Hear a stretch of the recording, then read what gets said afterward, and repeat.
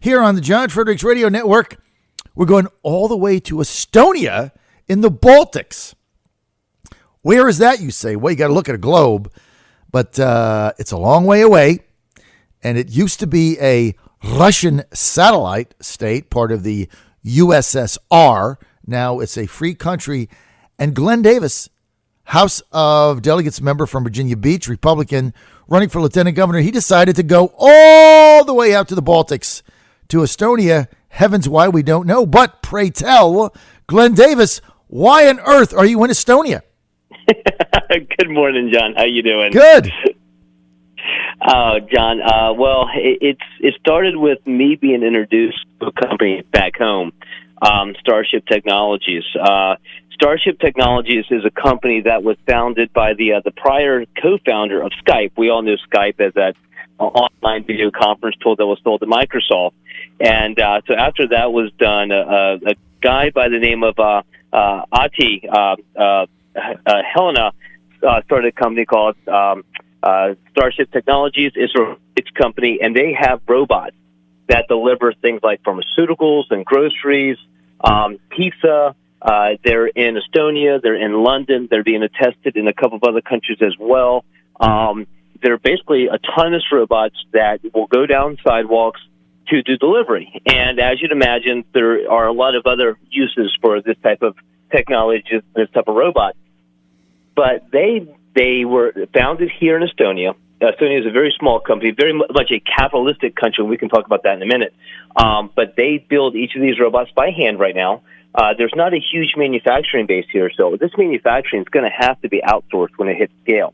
Additionally, these robots, when they're going down the street, they have between 6 and 8 cameras on them for real-time visuals of what's going on around the robot. They do have microphones and speakers, so you can actually ask questions, and that means there's got to be a real-time 21st century call center. Well, arguably, if you have these robots in North America, which is where the next place they're going to be coming to be tested, you probably want that call center, that 21st century center, in the U.S. as well. And my thought is, why shouldn't it be in Virginia? So I came out here to meet with the CEO and go through their facility, understand more about how these robots are built, operate, how they would need to be manufactured, and then see if we can entice them to make Virginia their next stop. And I got a feeling there's going to be some more discussions very quickly on this. I guess it's like kind of Donald Trump. You know, you don't wait till you're elected to prove what you can do. You do it while you're running, so people understand that, you know, you really are the right person. Listen, I think it's yeoman's work on your behalf, Delegate Davis, to go to Estonia, check this company out, and see how they can be part of your plans here in Virginia as you run for governor. You're running on a jobs platform. You want to create opportunities. It makes a lot of sense.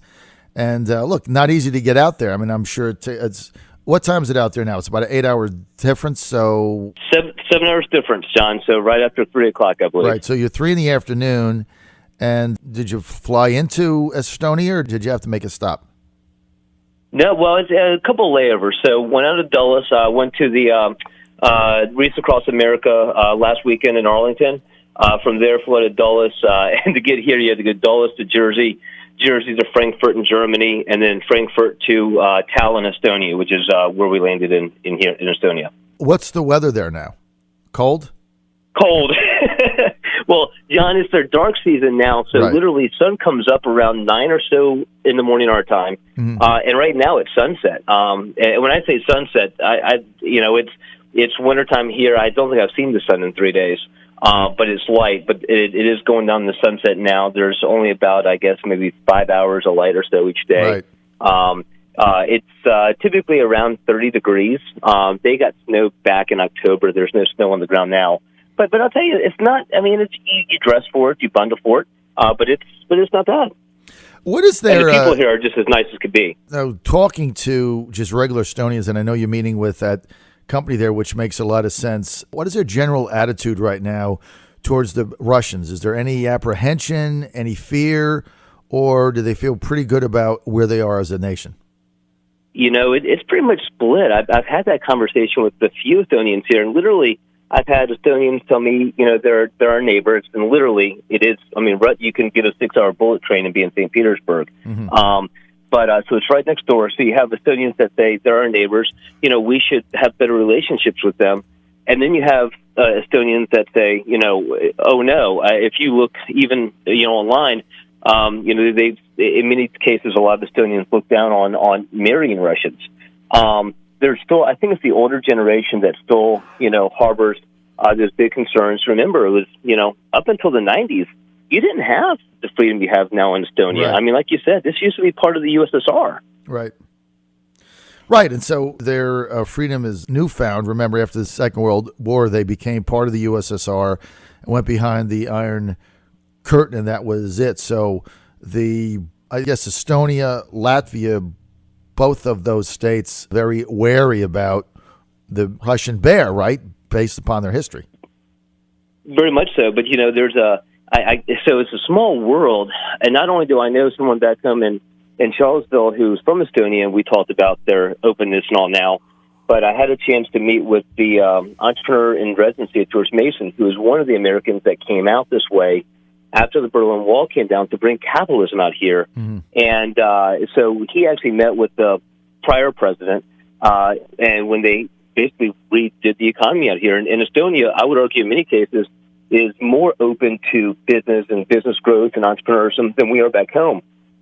Keep in mind, you file here, all your taxes are filed online. And when I say filed online, it takes 5 minutes. There's mm-hmm. no big IRS tax code. Mm-hmm.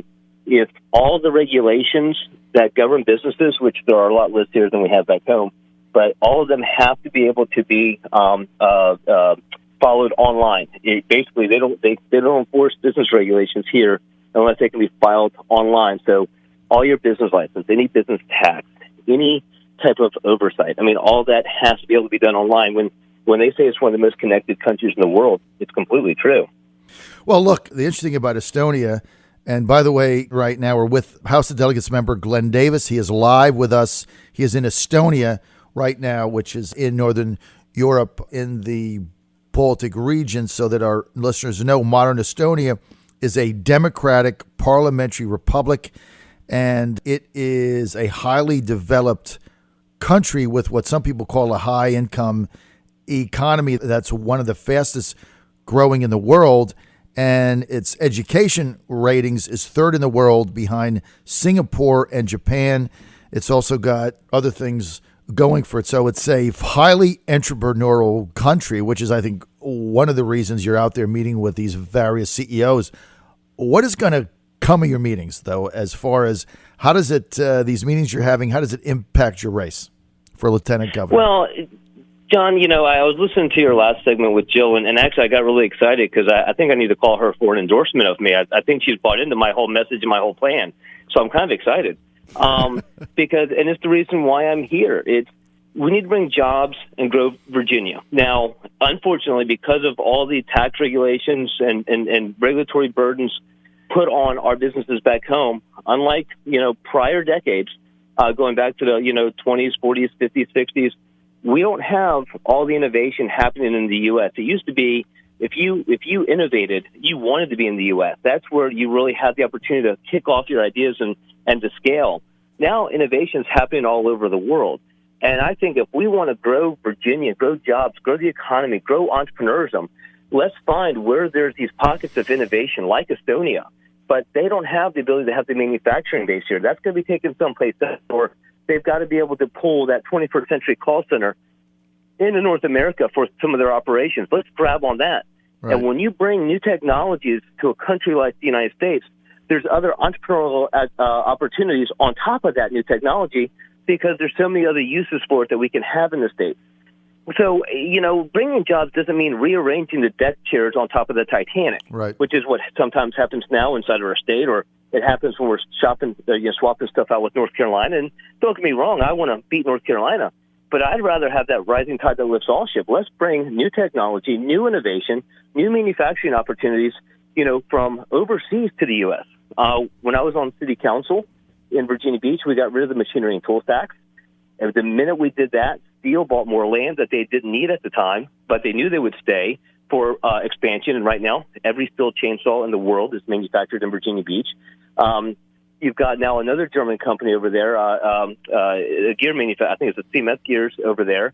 They're from Germany. They came because of that I've been parts of entities that know how to bring jobs from overseas, industry from overseas. I've got a couple of people running with me that I love the fact that they're talking about tax regulations finally and gotten off the social issues.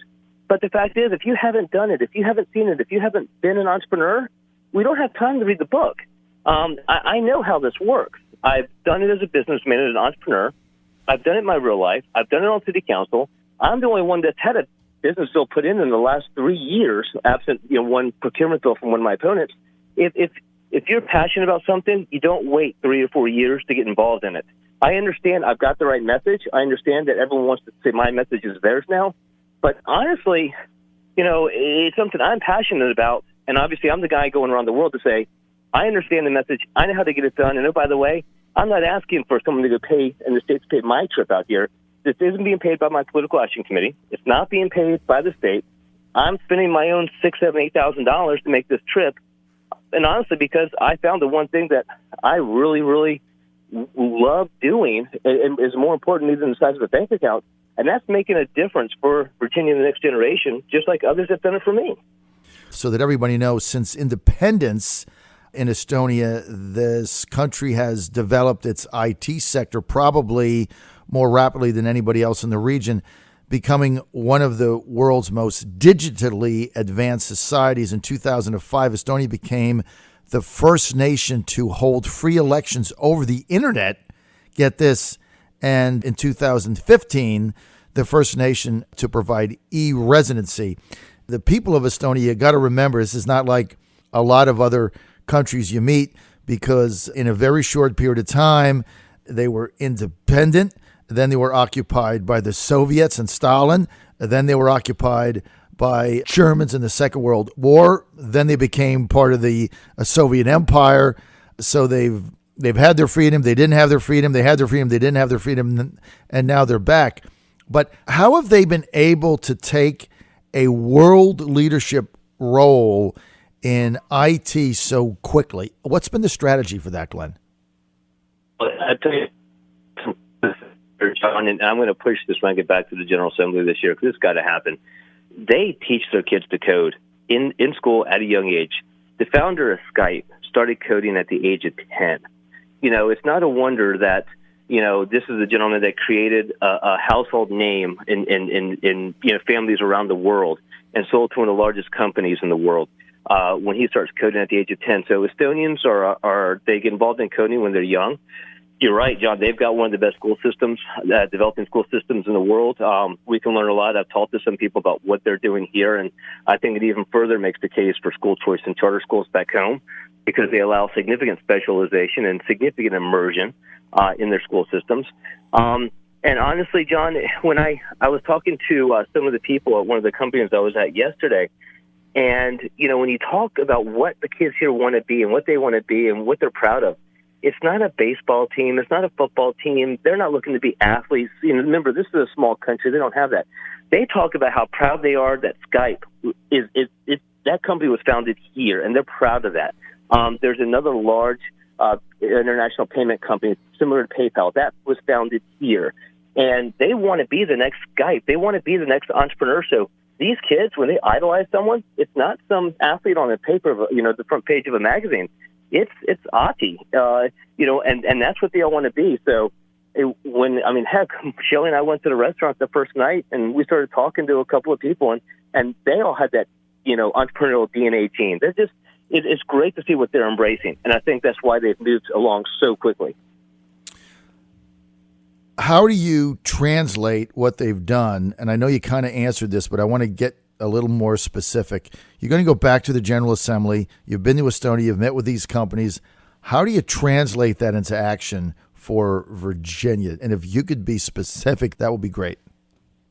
Well, I've got two things. One, I've already got, I will probably be back here one more time before session with at least one city on how we can start bringing their technology into the U.S. to start having a little bit of a relationship. I think that's going to move along pretty quick. Once we get that relationship, as their business scales, they have to do manufacturing out of the U.S. It should be in Virginia. There's a number of places in Virginia where we've got the workforce, we've got the right tax policies. Let's have this new technology manufactured in Virginia. And then lastly, there's going to have to be a call center, a first-century type call center that watches these real-time cameras, interacts with people real-time who are near the robots, and oversees the operations of these things. You're not going to control all of that from Eastern Europe. And that center, I want to be in Virginia. So that's why I'm here. This wasn't a come and shake a couple hands. I had a very strong set of what I wanted success to be in my trip, and so far so good. I'll tell you what wasn't on the idea of this trip that happened about 3 a.m. my time a couple nights ago. As I just started doing more research on Estonia, I came up with another company that's here, Skeleton Technologies. John, you probably heard me talk about an item, graphene, a long time ago from coal. Comes from carbon, it's really strong, etc. Well, one of the world leaders of curved graphene technology is here in Estonia. The company is Skeleton Technologies, and they use curved graphene to make ultracapacitors and energy storage devices. One of the world leaders is here. I meet with their CEO tomorrow, my time. And I'm going to talk about, where do they get their graphene from? If it's coming from carbon substances like coal, how do we get it to be Virginia coal, or is that an idea? I don't know whether there's a viability there, but you don't find solutions sitting on your rear end back in Virginia, and you don't find solutions to grow jobs in the economy by pushing a green or a red button or repeating has every senator voted. You do that as a lieutenant governor, that's obligations, and many of those obligations are what's in the Constitution that you have to do. But after you do that, your obligation to Virginians is to go out and find these jobs, go out and find opportunities. I'm not running because I want a title. I'm running because I want to do something. I want to make Virginia number one again for business and job growth. And I understand more than anyone, you do that by getting off your rear end. And that's what I'm doing now. I heard earlier you mentioned Jill as the front runner, and I didn't meet. I don't know if she took it as an insult or not. I guess she's Hillary and I'm Trump. But I love the idea of doing what Trump did, which is you go out there, you get the meetings, you tell the people what's going to happen if you're honored to be selected to serve, and then you make it happen. And right now, I'm going to hit the ground running on November 5th, after Election Day in November of 2017. Look, I have no doubt, and I think the fact that you're out there going to Estonia right now, especially the week before Christmas, trying to figure things out and get a feel for how they have grown their republic so quickly and vastly in the IT sector is not to be taken lightly. Glenn, I appreciate your efforts out there and appreciate your taking the time to be with us today. We are out of time. This is the John Fredericks Radio Network. We've been with Glenn Davis. He is a House of Delegates member, Republican for Virginia Beach. He's also a candidate for lieutenant governor. There's 3 candidates in that race: Glenn Davis, Senator Jill Vogel, Senator Bryce Reeves. This will be decided in a June primary. More information. Glenn, what's your website? I always get it mixed up. Sure, it's davis4lg.com. Davis4lg.com. Davis4lg.com. You can get more information there. Glenn, thanks for being with us, man, and a very Merry Christmas to yourself and your lovely wife, and we will get back at you right after the holiday. Have a safe trip home. Merry Christmas, John. Happy Hanukkah, and thank you again. All right. Glenn Davis, Davis4lg.com. You're on the John Fredericks Radio Network.